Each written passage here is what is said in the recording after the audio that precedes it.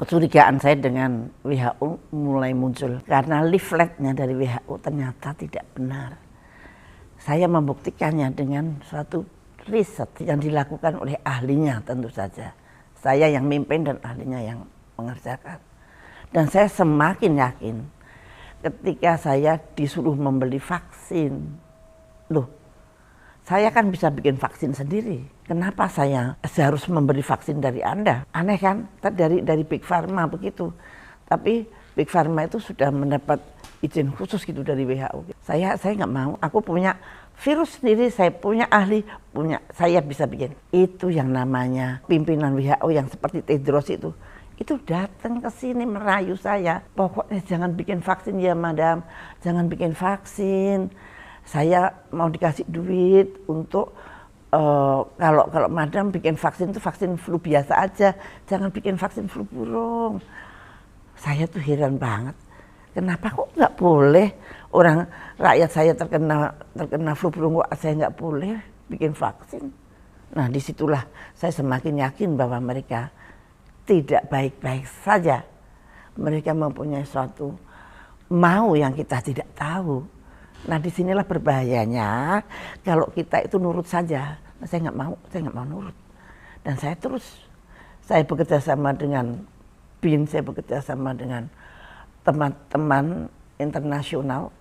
Jadi negara-negara yang lain akhirnya ngikut saya dan saya memprotes pada WHO. Saya ingin membetulkan tata cara di WHO sana.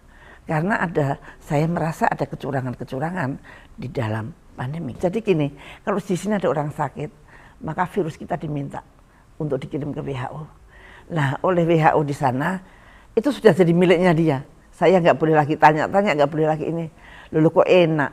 Pada suatu hari saya ketemu Menteri Kesehatan dari Inggris dan ngobrol dengan saya bahwa saya punya loh virus kamu, katanya. Dia bilang, Mbok, ya aku dikasih dong, aku malah nggak punya loh virusku yang seperti itu.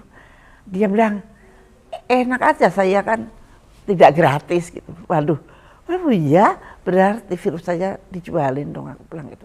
Dan mulai saat itu saya menggalang kekuatan dari menteri-menteri kesehatan seluruh dunia. Sehingga resolusi kami diterima. Dan kalau resolusi itu berjalan terus, seharusnya tidak akan ada pandemi COVID. Tapi di tengah jalan, itu diselingkuhin gitulah. Kesepakatan saya dengan WHO, ada yang dilukain sehingga bisa terjadi COVID. Jadi COVID itu sangat sambung menyambung dengan flu burung, flu babi, dan kemudian COVID. Tapi sayangnya waktu COVID itu saya sedang tidak berdaya karena saya tidak sedang merdeka. Saya sedang ada di suatu tempat yang saya tidak merdeka. Jadi saya tidak bisa berbuat sesuatu pun kecuali menulis. Saya menulis dan tulisan saya justru malah ke luar negeri, bukan di sini. Suatu pengalaman yang sangat luar biasa.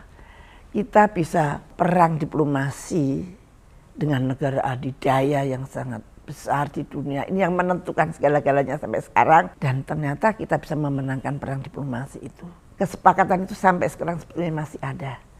GIZ-8 itu termasuk kesepakatan Indonesia dengan WHO.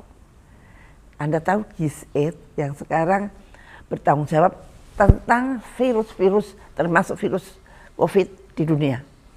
Itu yang membentuk adalah Indonesia, jangan salah.